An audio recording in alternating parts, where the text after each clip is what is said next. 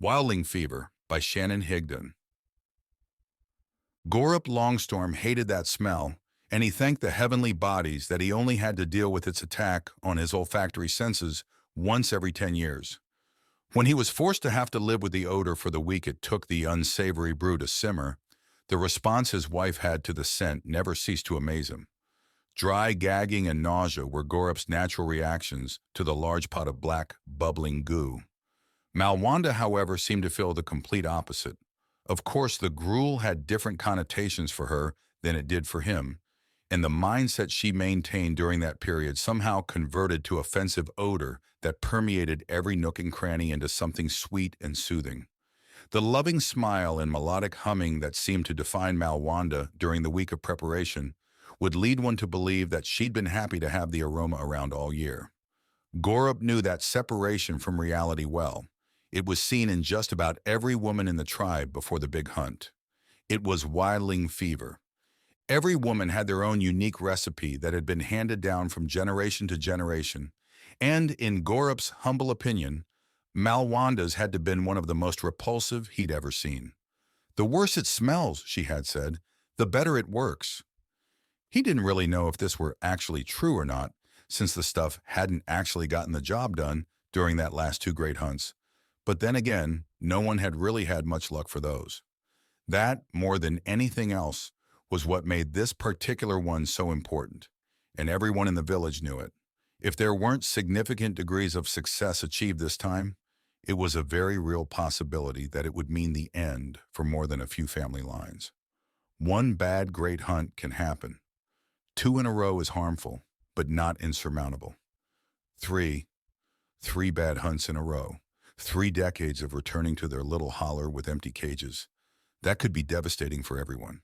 Their little town, known as Nasca's Bosom, sat in the middle of a beautiful valley nestled between the two great mountains, Gadaron and Nasca, and although tiny enough to be unable to sustain a population boom, it still required a certain number of working hands in order for it to maintain any degree of functionality. In another 15 to 20 years, the village men would be fading into their sunsets with the much-needed strength of youth slipping further and further from their grasp until additional great hunts became nothing more than suicide quests. The women would begin to wrinkle and gray while their thoughts would start to process slower and slower. Their roles as the village's homekeepers, lawmakers, judges, and authorities would begin to diminish, weakening the social structure from within. With no one in the wings to take over these vital responsibilities, well, it was too frightening a prospect to think about. And for the most part, no one did. None of that really mattered as far as Gorrup was concerned, however. This was going to be the year. There was no doubt in his mind. The stars had aligned in the night sky in such a way as to tell him that this would be the highest-yielding great hunt their village had ever seen, while a 3-day journey to see the blind seer at the top of Gadaron that they'd taken last month only reinforced the notion. The old woman had peered into the void that only she could see and came back with the only 5 words that any of them had needed to hear. Nasca's bosom will live on. Both himself and his neighbor and best friend, Hagestern, had released their breaths in unison, neither of them even aware that they'd been holding them in the first place. The reaction was reenacted by the 5 men at the base camp when they'd finally climbed back down from the tiny shed precariously balanced at the mountain's peak. Despite Gorrup's constant insistence, it was the reinforcement they'd all sought, and from that point forward, the attitude regarding the great hunt shifted from fearful pessimism to an excited anticipation. Like an electric wave, the eagerness and enthusiasm spread throughout Nasca's bosom, and on the day before they were due to set out, the laughter heard at the Great Hunt Festival was genuine. The smiles weren't of the forced variety, and the frolicking and dancing came with a natural ease. Confidence, bordering on cockiness, was the attitude of the hour. The party ended at dusk while, for practical purposes, the mead was locked away. The hunting party was due to begin eating ground at first light, so it wouldn't do for them to not get a full night's sleep beforehand. Having to stay up for 2 or 3 days at a time during the hunt was not an uncommon occurrence. The men made love to their wives before retiring to their sleeping quarters. Their wives would spend the rest of the night putting the finishing touches on their, now cooled, cauldrons of bait before wrapping the congealing substance in banteen leaves and karoo wax, essentially sealing it off from the outside air. By the time the men awoke, the leaves will have hardened into a secure, easy-to-carry container. Gorrup was always of mixed reactions when it came to that point. He was, quite obviously, very grateful for the reprieve from the foul odor, but that came with the knowledge that eventually the other crop ain't bean would fall from the Porriganister. There was no way around it. And that second bean was the absolute intensity of the scent after being sealed away for the duration of their 5-day trek to the hunting grounds. Once it finally came time to crack that bait ball back open, for the love of Parnassus, it was like getting hit in the face with an invisible hammer. By and large, the Great Hunt was a very competitive endeavor and was accompanied by a significant degree of wagering. Not that all of their hunting trips weren't, but the importance of this particular one seemed to bring out levels of foolishness that they wouldn't normally indulge in. Of course, every man wanted the others to have successful hunts, but if you could make the first catch and take home the grand prize of 100 yorps, all the better. One of the many side bets that took place was to see who could hold their breakfast the longest after releasing the bait. Much to his dismay and Malwanda's delight, Gorrup was almost always the first one out on that particular wager.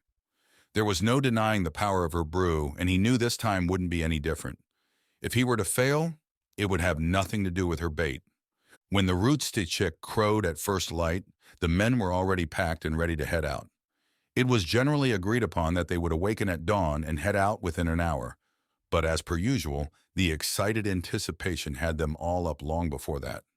It was a long journey before them, and they were anxious to start closing that gap. In an ideal world, they would have ridden their faithful horkas, but their quarry could hear the galloping animals from a great distance, rendering them more a liability than an asset at the point. This was a lesson learned early on. No, this was a trek that had to be made on foot, and it did not come without its hazards. It took a full day and a half to navigate the narrow paths and tight cliffs that led them around the great mountain Gadaron. From there, it was 2 more days through the swamp of the Five Sisters. There had always been plenty of bedtime ghost stories about the goings-on in the swamp, as well as the 5 witches the swamp was named for. But the only real concern for the group of 23 men was avoiding the giant seething spiders and their plentiful nests beneath the murky waters. They could be very difficult to see, especially in the dark, and sometimes you wouldn't know you were upon one until they were springing from the water and lunging at your head. This was the time when more than any other, save the hunt itself, alertness and attention were paramount. The only saving grace in regard to the seethers was that they were highly susceptible to fire, quickly disappearing into wisps with a bright flash. As long as the party's exterior remained vigilant with their torches, there was rarely a problem they couldn't handle. The 5 or 6 nests they did come across put on an impressive light show with the seethers' kamikaze leaps into oblivion. "We should have one of these ready for the festivals," Hagestern joked after the last one, bringing about a hearty round of much-needed laughter. "Sure thing, Hags," one of the younger men called out. "We'll keep it at your place."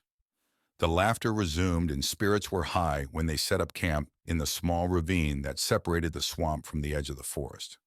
For an additional 2 days, they would still have to traverse the well-worn path that their town had stomped into existence through just under 300 hunts before eventually arriving at their destination, a spot that had been lovingly dubbed Last Chance many, many years ago. Last Chance was the area where the whole hunting party would spend their last night together before breaking off the following morning into groups of 2 or 3.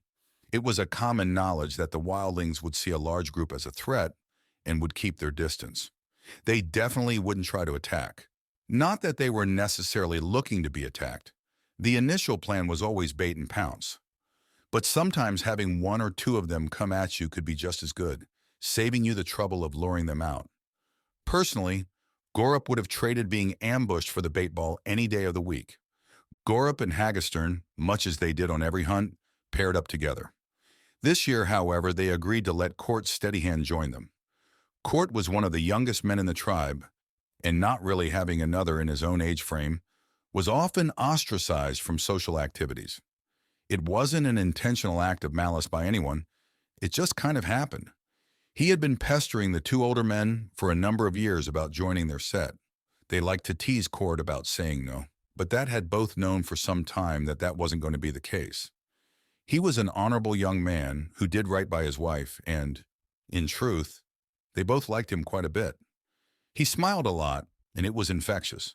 The only knock they had on him, if anything, was how much more energy he had than they did. When they told him that he'd be doing all the heavy lifting, he thought it to be more teasing. It really wasn't. The final couple days of the journey were without a doubt the most difficult terrain of all to surpass. The forest had worked hard to reclaim their dirt road over the last decade. The unending array of foliage and green was very disorientating, and there were several times that the party lost it altogether and had to fall back on the old ways by cobbling together impromptu compasses. All they really needed was a magnetized arrowhead, a pomatum leaf in a stagnant puddle to find out which direction was the world's magnetic center and help them continue in an eastward direction until they found the trail again. Sporadic storm cloud explosions that gave way to salty downpours did little to aid their progress, but eventually they reached Last Chance and set up their last group camp. They shared ale, song, and story around a roaring fire as was tradition, but the cheer was forced through the somber pall that hovered about them. It went without saying that the great hunt was one of abundant perils, and the odds of every single man returning to Nasca's bosom weren't high. There were times when that happened, but they didn't come without their own fair share of long-lasting injuries and psychological traumas. Hunting wildlings was not for the weak of heart. If one were going strictly by the previous numbers, however, 3.5 of them would die on the hunt, while another 1.5 would expire at home from their wounds or the toxic poisons introduced into their systems. Surviving your first great hunt was something of a rite of passage.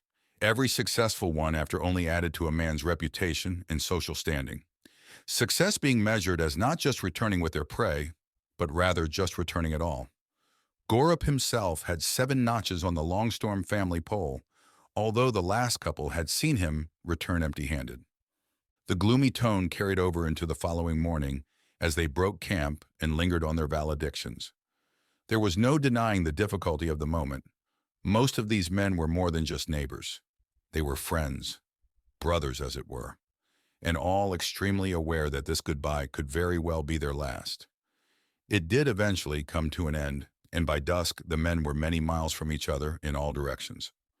Gorrup's party made camp in a tiny gully, although in truth Court did most of the setting up, while Gorrup and Hagestern argued about the amount of ground Fassini beans required to make the perfect cup of piping hot Fassini. Reaching a compromise just as the younger man got the campfire going, the older men proceeded to brew a pot, while Court swept the perimeter and placed warning bells on branches every other step.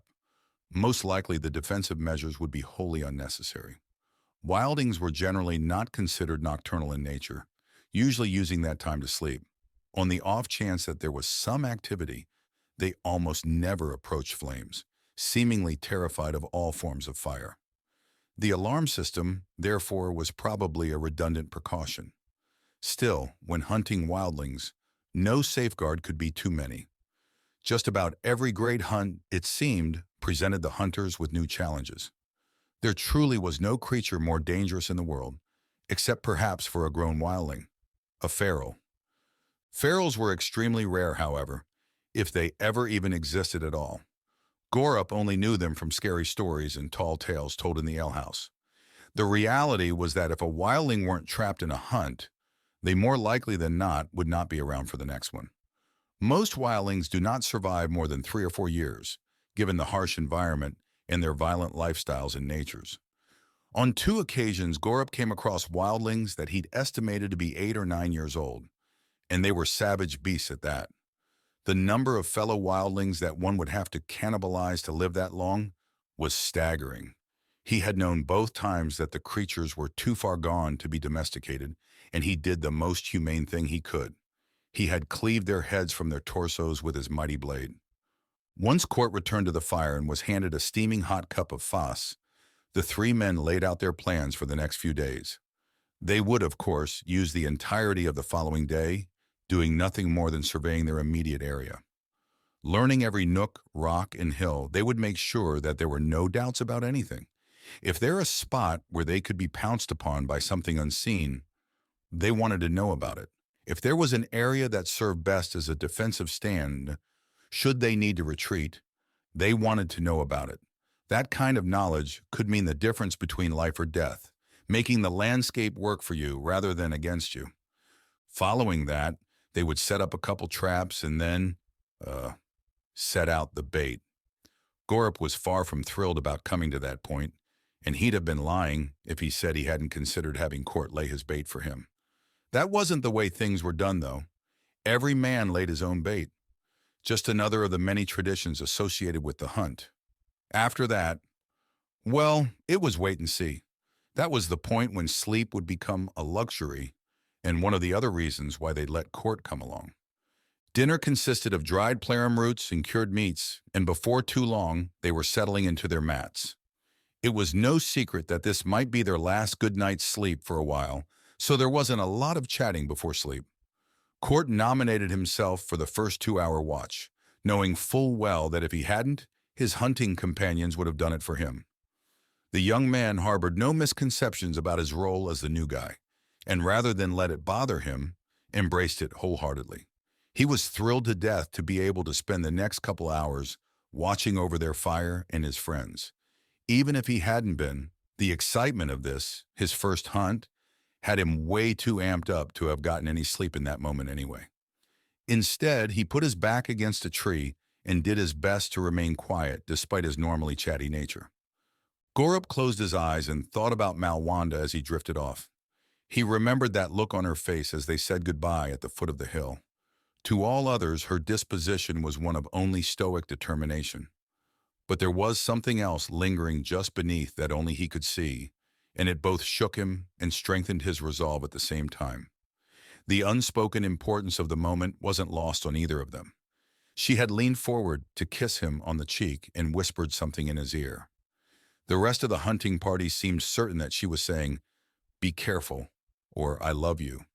But that wasn't it at all. What she had said was, "You do what you have to do," and she had meant it, and everything that it entailed. His wife was one of the most well-respected and powerful matriarchs in Nasca's bosom, due in some small parts to her age and experience, but mostly because of her uncanny ability to cut through the horka shit. She was a quick-thinking woman able to see the details of what was right in front of her, as well as the big picture. Having thrice served as the mayor of Nasca's bosom, the only reason she didn't still hold the position was through her own volition. Most of the townsfolk would have been happy to see Wildling Longstorm as a permanent fixture in that role. Because of all this and more, she understood the direness of their situation perhaps better than anyone. Keenly aware of the population numbers as well as the occupational assignments, Gorrup's wife had been living with a deep-seated anxiety that she didn't share with anyone but him. Despite his abounding optimism regarding this great hunt, in the days before the brewing of the bait, he saw something in his partner's eyes that he had never seen before. Never. It was fear. Easily the strongest person he knew, which was part of what he loved about her, and unequaled in mental fortitude. It was a disconcerting sight to be true. Fortunately, once the bait preparation was begun, she seemed more herself again. Even still, he hadn't been able to render that look from his mind, and then when they said goodbye and she told him, "You do what you have to do," it was there again. With those 7 little words in the darkness beneath the face she showed the rest of the hunting party, Malwanda conveyed everything she needed to. The consequences of this hunt weren't just important, they were more important than anything. More so even than the lives of his friends, or even his own for that matter. Of course, she wasn't coming right out and saying that he should sacrifice Hagestern or Court if that's what it took to achieve results, but she wasn't saying not to either. Knowing his wife as he did, her words in essence were meant to mean that all morality was to be cast aside for this hunt. Any action would be considered acceptable so long as he returned with wildlings in his cage. The idea, even as nothing more than a vague suggestion, laid uncomfortably in his stomach for the duration of their trek, like an uncooked boche egg, and on a couple of occasions kept him from making eye contact with the rest of the hunting party. Gorrup couldn't help feeling ashamed of the thoughts that kept rolling through his mind, but in the end, it came down to a very simple lesson that they were all taught early on. There was love and friendship, and then there was survival. The two were wholly exclusive of one another. It was great to have a buddy to share stories with, overindulge in mead, or even compete in a heated game of chick-way or checkers with, but these were all luxuries when it came right down to it. He cared greatly for Hagestern and some of the other men, to the point that he would have stepped in front of a charging Chronosaurus for many of them, and for the last week he'd been mulling over possible scenarios in which their deaths could be used to his advantage. After all, the one thing the wildlings seemed to prefer more than the various bait recipes was the flavor of fresh human flesh. He felt like the worst person in the world for even entertaining the idea, but the truly troubling notion refused to give him peace. Even now his slumber was fitted and besought with unpleasantries. Tossing and turning on his mat, Gorrup barely clung to the wispy threads of sleep, and that, beyond all else, was the reason he was the first to be awoken by the jingling of warning bells coming in from all directions. He was, much like his wife, the type of individual who processed situations very quickly, exhibiting uncanny abilities to both absorb the tiniest details available and incorporate them into his decision-making long before anyone else even took notice of the minutiae. The jury was still out on whether it was a gift or a curse, but it kicked in immediately, and within a matter of seconds he had a fully informed assessment. The very first thing that was to be noticed was the fact that barely anything could be seen in dull, muted light provided by the barely glowing embers. It was the dead of night, and that fool, Court, had let the fire extinguish.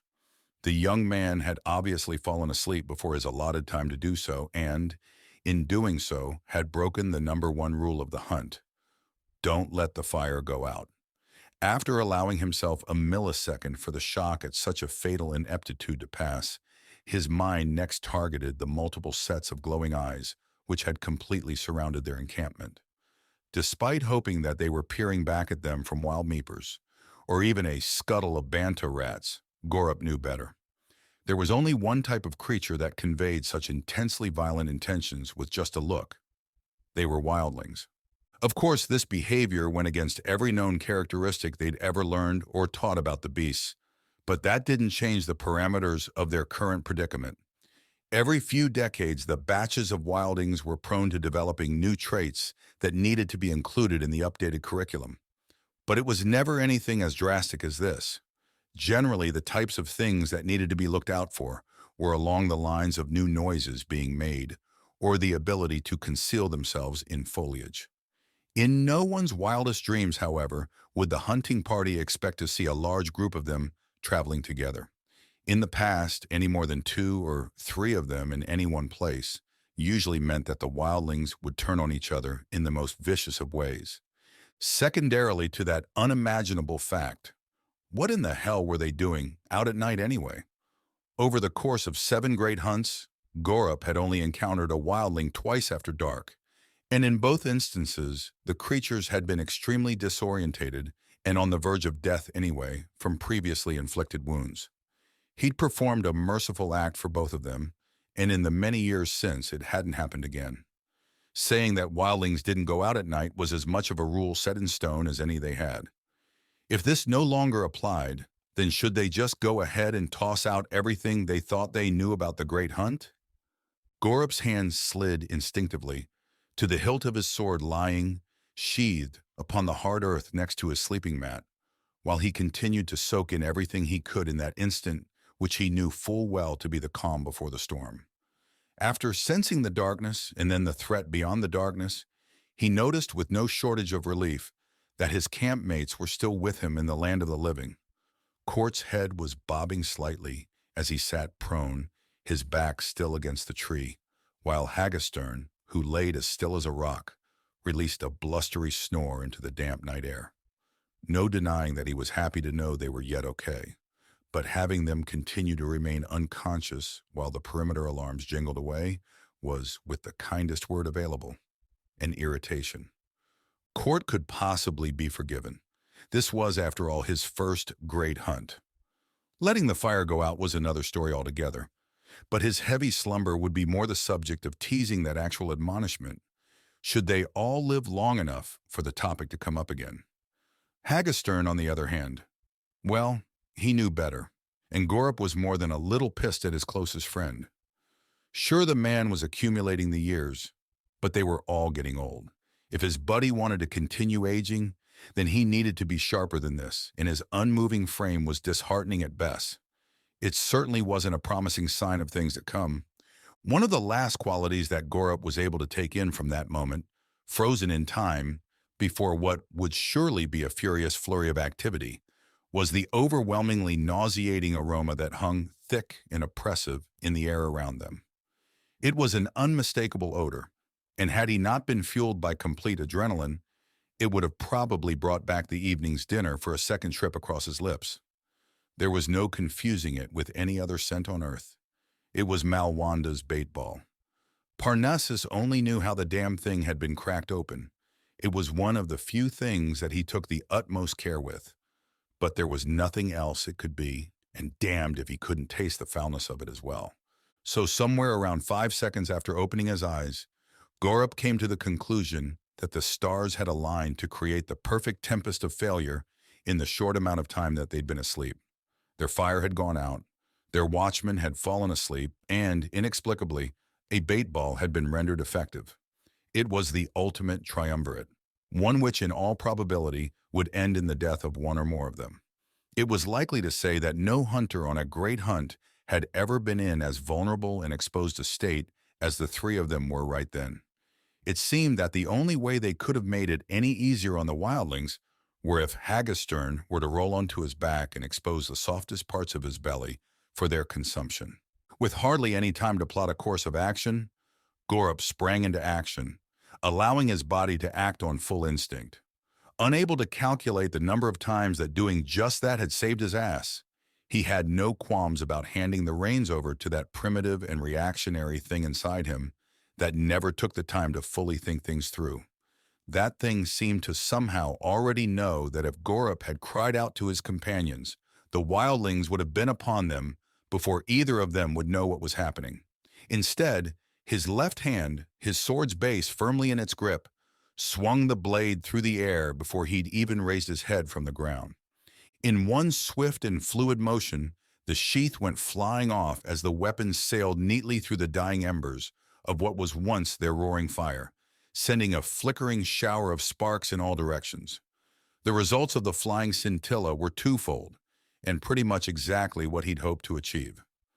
Both of the sleeping men received burning stings, which brought them immediately back to consciousness, although Court seemed to have gotten the worse of the two as one of the tiny bits of burnt wood caught him squarely on the cheek and caused him to cry out slightly as he awoke.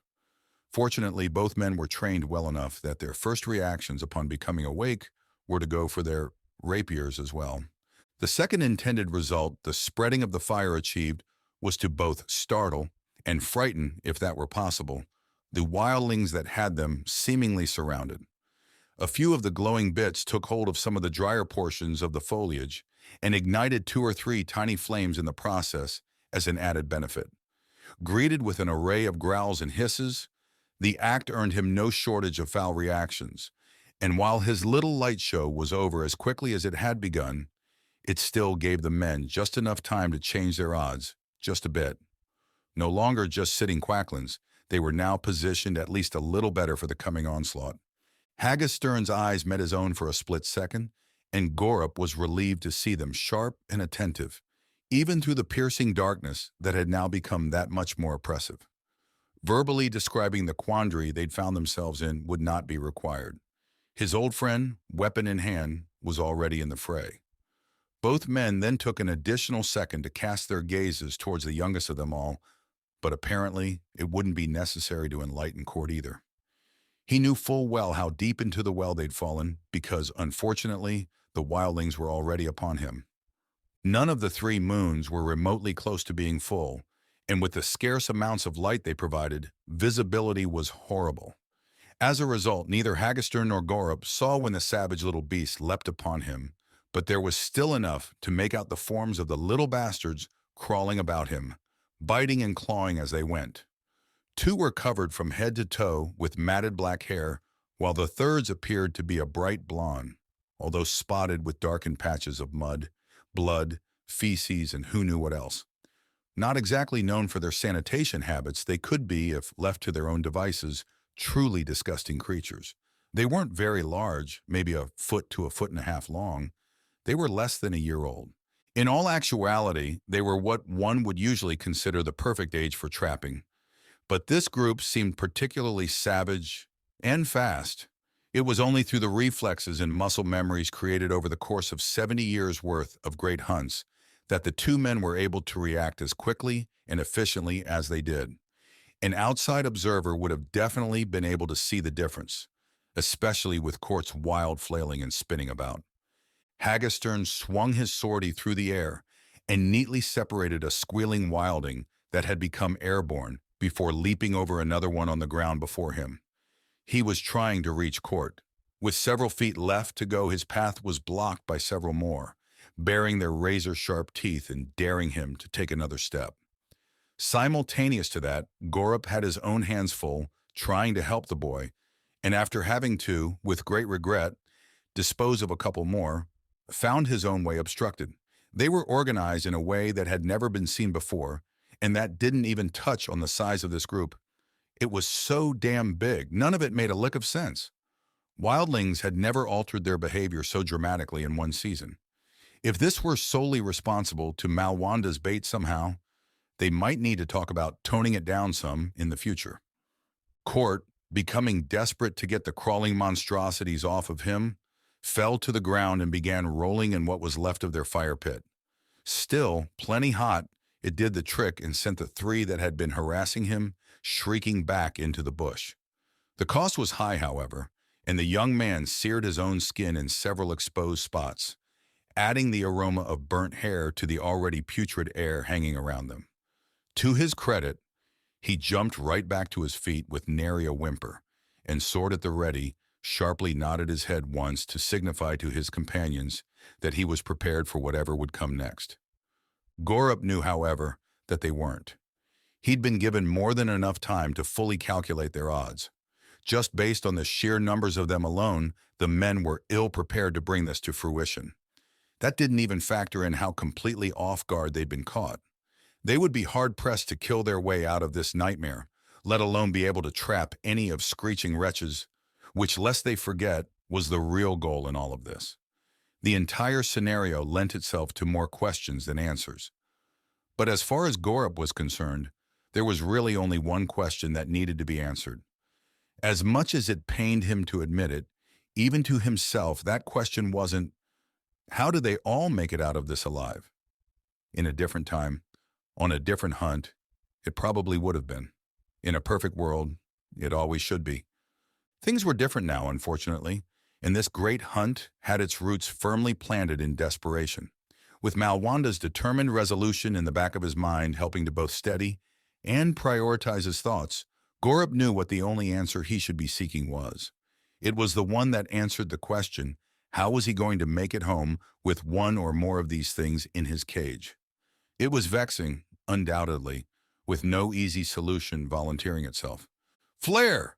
Hagestern called out to him, and Gorrup knew he was right to do so. It was their only play at this point.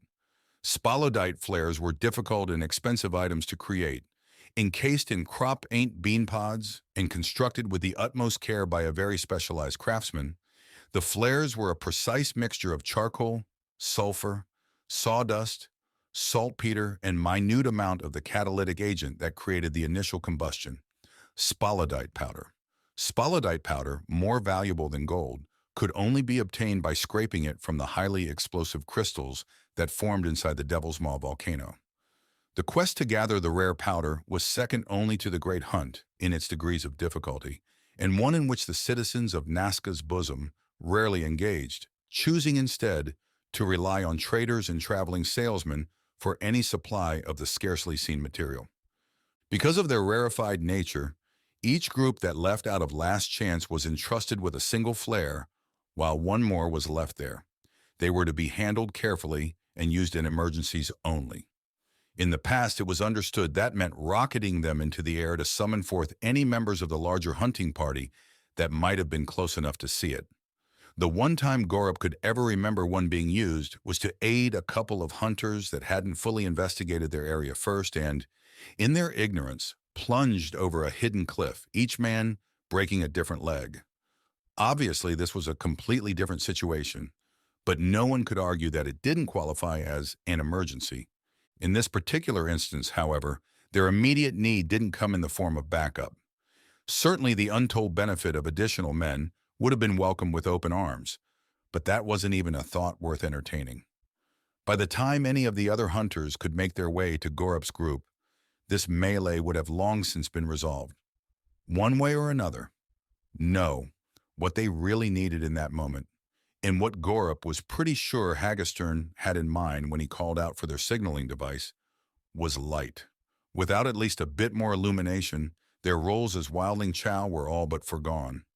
Besides the 7 or 8 holding their ground within the men's camp, there were an indeterminably larger number diving in and out of the shadowy overgrowth surrounding them. Despite the abnormal behavior they were displaying by being here like this in the first place, it was painfully clear that they had the advantage in this current environment. That wasn't to say that more light would provide any aid necessarily, but at least they'd have a better idea of what the hell they were dealing with. Gorrup took a quick stab at the canvas sack lying just a few feet away, but was forced to jerk back just as fast as a set of snarling teeth snapped at the air where his hand had just been. The act earned the red-haired wildling a reactionary swipe from the sharp end of his sword, wounding it enough to send it crawling away with a whimper. It opened up enough of a gap for another try, and this time he managed to just hook the bag's strap. With one continued motion, Gorrup flung the bag in Hagestern's direction. The movement sent several more wildlings into an attack formation, and both Court and Gorrup were forced to strike down the ones that came closest to making contact with the sack as it flew through the air and into Hagestern's steady hands. There was more hissing and growling as the large man fumbled with the canvas container's opening, and it was almost as though they knew that he was attempting to do something that they wouldn't like. On most days, that would have been a highly improbable suggestion. By and large, wildlings were known to be relatively stupid creatures. Primitive and primal, they didn't rationalize their way through their daily existence. They simply reacted to their base functions. If they were sleepy, they slept. If they were hungry, they hunted. If they were angry, they fought like hell in the most ferocious ways imaginable. More often than not, they seemed to be angry. Gorrup didn't suppose he could blame them for that, though. Life as a wildling wasn't much of a life at all. If only he could make them understand that what the hunters were trying to do for them was, in reality, a form of mercy. There was the short and filthy life of survival of the fittest, or there was coming back to Nasca's bosom and seeing their savagery humanely put to rest. It really wouldn't be much of a choice if they only knew what he knew. Such was the irony of life, Gorrup mused to himself before chuckling slightly. "Are you bloody laughing?" Hagestern blurted with disbelief as he continued to struggle with the cloth bag that was beginning to feel like a damn puzzle. "Oh man, that's cool," Court said without even realizing that the words had come out, the admiration clearly evident in his voice. "Oh please," Hagestern replied, the disgust clearly evident in his. "Don't confuse crazy with cool. That fool probably just—" He didn't get to finish the verbal dig at his old friend. The wildlings had allowed their conversation to progress just about as far as they were going to, and a large number of them instantaneously sprang into action as if triggered by some unseen and unspoken command. The coordination between the little bastards was remarkable and unnerving at the same time. Leaping in and out, biting and then jumping away again, all while avoiding the hunters' swinging blades with lightning-fast agility. It would have begged the question, were the dirty varmints really working together? Or had they somehow stumbled into their pattern of vicious attacks by chance? If there were actually any time for questions, there wasn't. Gorrup and Court, being closest to each other, tried to work together in keeping the wildlings off one another, while Hagestern continued to dig in the bag for the flare, a task made that much more difficult with anywhere from 3 to 5 of the hairy little buggers jumping on and off of him, taking tiny bits of flesh with them as they went. Having been roused from a dead rest, the men were at the additional disadvantage of not having their hunting armor on. More lightweight and flexible than the battle armor they were occasionally forced to use, it still wasn't something anyone would have chosen to sleep in, and as a result, their exposed body parts were paying the price. "Damn it, hags! Can you hurry with that thing?" Gorrup cried out while flinging off a brown-haired wildling that had somehow managed to find its way to the top of his head. It seemed that they would be putting all their stock into the flare's effectiveness after all. Their options were becoming more limited by the second as their aggressors continued to flood in like sacroroaches. The only real hope they had for survival now was that the blinding light of the flare would send the endless flow scurrying away like them as well. Gorrup would have to put any bright ideas he had about capturing any aside for now. It wasn't going to happen. Not now, anyway. Hell, they hadn't even had an opportunity to set up the collapsible cages yet, for Parnissa's sake. It was their first night. None of this should have been happening in the first place. Frankly, he wouldn't be surprised at all if he found himself suddenly waking up from this nightmare, searching for a drink to wash away the taste of such a bad dream. "Aha!" Hagestern cried as he victoriously brandished his prize in his free hand. It was quickly replaced with another, less intelligible cry as a sizable chunk was torn from the side of his throat, sending a steady arch of blood sailing out from the gash. Perhaps not fatal in and of itself, it still staggered the big guy. The shock etched upon his face clearly discernible, even in the darkness. Allowing his sword to clank to the ground, Hagestern clasped his hand over the gaping hole, but it did little to provide the type of protection such a wound needed. Drawn to the blood like parasitic leeches, the wildlings overwhelmed him. His attackers went from 3 or 4 to easily 10 or more. Swarming and swirling about his frame, it became, momentarily, impossible to see any of the man beneath them. Looking like some new yet undiscovered monster, he was covered in different, rapidly moving patches of dirty hair and blood. More and more of it appeared by the second. Helpless to do anything about it, both Gorrup and Court were certain that they were watching the last few moments of Hagestern Tailweaver's life.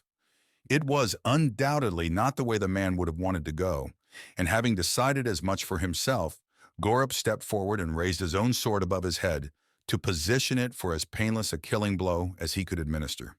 It would be an act of mercy, and it was the least he owed his old friend. He would have done the same. The blade never fell, however. With one Yorp left in his pouch to spend, Hagestern, much to companions' admiration, mustered forth the strength to bring the flare's tip close to his head, where it had to wait long enough for a path to clear to his bloody mouth. Gorrup swore he could see a smile on the man's face, just before he bit down on the edge of the crop paint pod and tore it away with his teeth, igniting the blazing flash just inches from his face. The initial blast was bright enough to blind them all momentarily, and hot enough to melt the skin from Hagestern's cheeks, but given that he didn't make the slightest noise, it was likely their friend was already dead before his body fell to the ground. When used properly, the flare was designed to shoot up into the air. It was a signaling device.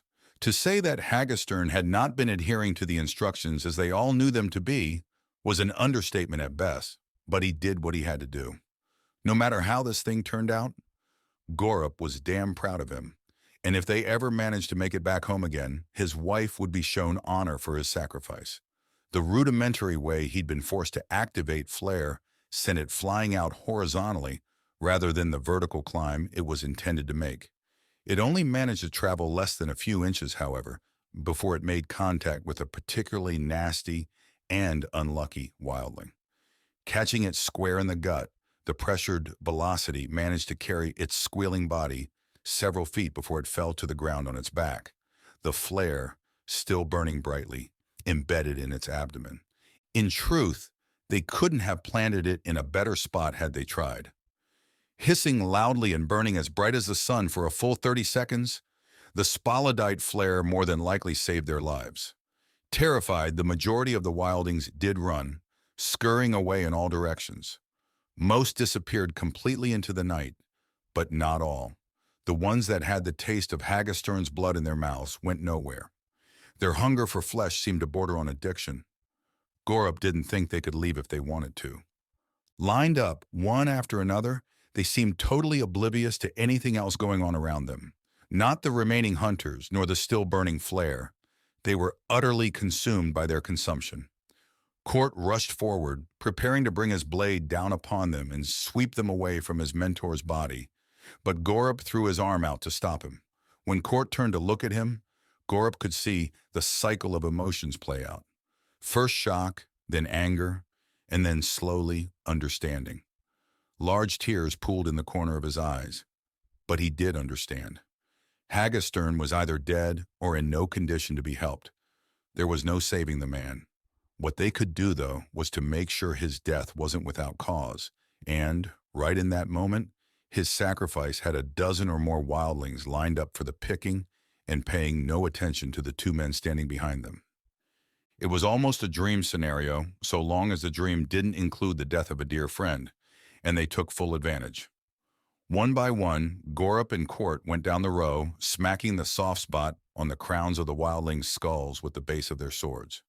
One by one, they fell unconscious. When all was said and done, they managed to capture 15 wildlings, all of which appeared to be in good condition. Hagestern's death, may Parnassus accept him, provided them with everything they needed to bring back the largest haul ever taken by one group on a great hunt. They hiked back to Last Chance once daylight arrived and set off the flare there to signal the return of all hunting parties. Not only would this be the largest haul in Great Hunt history, it would be the shortest as well. The stories of this hunt would become immortal, and Hagestern with them. Gorrup would see to it himself that the balladeers composed the perfect song to capture his legend. The saga of Hagestern would live in infamy, and his children, whoever they turned out to be, would take great pride in passing it on. Their journey back home took nearly twice as long as the previous trek, but they also didn't have to manage 15 wicker cages and the dead body of one of their own when they set out. Slogging back through the swamp in particular proved exceedingly tedious, and they nearly lost a couple wildlings to hurtling seethers in the process. All in all, the mood was somber for the duration. They were all extremely happy to be both returning to Nasca's bosom early and with full cages. But the loss was great and weighed heavily upon them all. It was hard to be jubilant when the cost was so high. Once they did finally arrive at the city's gates, there was no one waiting to greet them, which made sense. They weren't expected to return for several weeks. Still, it didn't take long for word to spread, and by the time they reached the center of town, a small, cheering crowd had begun to gather. It was a great hunt miracle. Although the whole of the catch legally belonged to Gorrup, Court, and the widow Tailweaver, it made no sense for them to try and keep them all. Gorrup would let Malwanda pick her two favorites. Court and his young wife would probably take two, while the widow might also take two, though one was more likely, and then the rest would be divided amongst the rest of the town, depending on need. It was an amazing relief to everyone that there were more than enough to go around this time, especially after the massive failures that were the last two great hunts. So much so that the town's matriarchs immediately began planning an impromptu celebration for that evening, their Wildling Fever reaching a joyously frenzied pitch. Of course, the party was for the hunters in name only. In reality, it wasn't really the type of festivity the men had any real interest in anyway, not to mention the fact that they'd be way too exhausted to participate in anything further than a pint of ale. No. The type of revelry the women had in mind included the ritualistic preparation of the wildlings, which next to the preparation of the bait, had to be their favorite time to be alive. Besides cleaning and shaving them smooth, it was hard to say exactly what else it was that the women did to them. Gorrup found the process to be nearly as revolting as the concocting of the bait, and even if he had the energy, would have chosen his bed over those activities nonetheless. He could handle a lot, but dealing with the little ones was something he just didn't have the stomach for. Hats off to Malwanda for having the ability to perform the tasks with such a cheerful disposition as she fundamentally ended the lives of wildlings. Once his head was finally allowed to make contact with the Horka hair pillow he'd been using for the last 20 years, sleep eluded him longer than he'd expected. The image of Hagestern's dead body refused to give him any peace, pulsating with squirming beasts and then being melted away by the spalodictic fire. True, it had only been a day since he suffered the loss, but it seemed fairly evident that it was something that would end up haunting him for a long time. He had never before lost someone so close to his heart. It stung. Once the dark embrace of sleep did mercifully arrive, Gorrup was vaguely aware of the moisture that had begun streaming down his cheeks. The night seemed to have passed in the blink of an eye, and as far as he could tell, did so dreamlessly, thank Parnassus, but apparently lasted longer than it felt. It was evident from the streaks of sunlight splashed across his bedroom wall that it was already mid-afternoon. Sitting upright, he yawned and tried to stretch out his aching, quest-weary muscles. Malwanda could be heard downstairs in the kitchen singing a beautiful melody that he'd not heard from her in a very long time. Another pang of painful regret for the death of his friend shot through him. This time, however, he was able to push it aside. Gorrup truly could not recall the last time he had heard his spouse sound as blissful as she did just now, and her happiness was contagious. This was a time to mourn, and no one would blame anyone for doing so, but it was also a time to rejoice. Nasca's bosom, which had been teetering dangerously close to an extinction event, was about to reap the results of a historic great hunt. It shouldn't be difficult to find joy in the coming days, weeks, months, and years. After all, starting this very day, he would be taking on a brand new role in his own life. Everything was about to change, and not just for his family, but for everyone. After finally pulling away the blankets, he was initially planning to draw himself a bath, but the now pleasant aromas that filled the house drew him downstairs instead. When he left, there was only the impenetrable odor of his wife's bait, but now it was as it should be.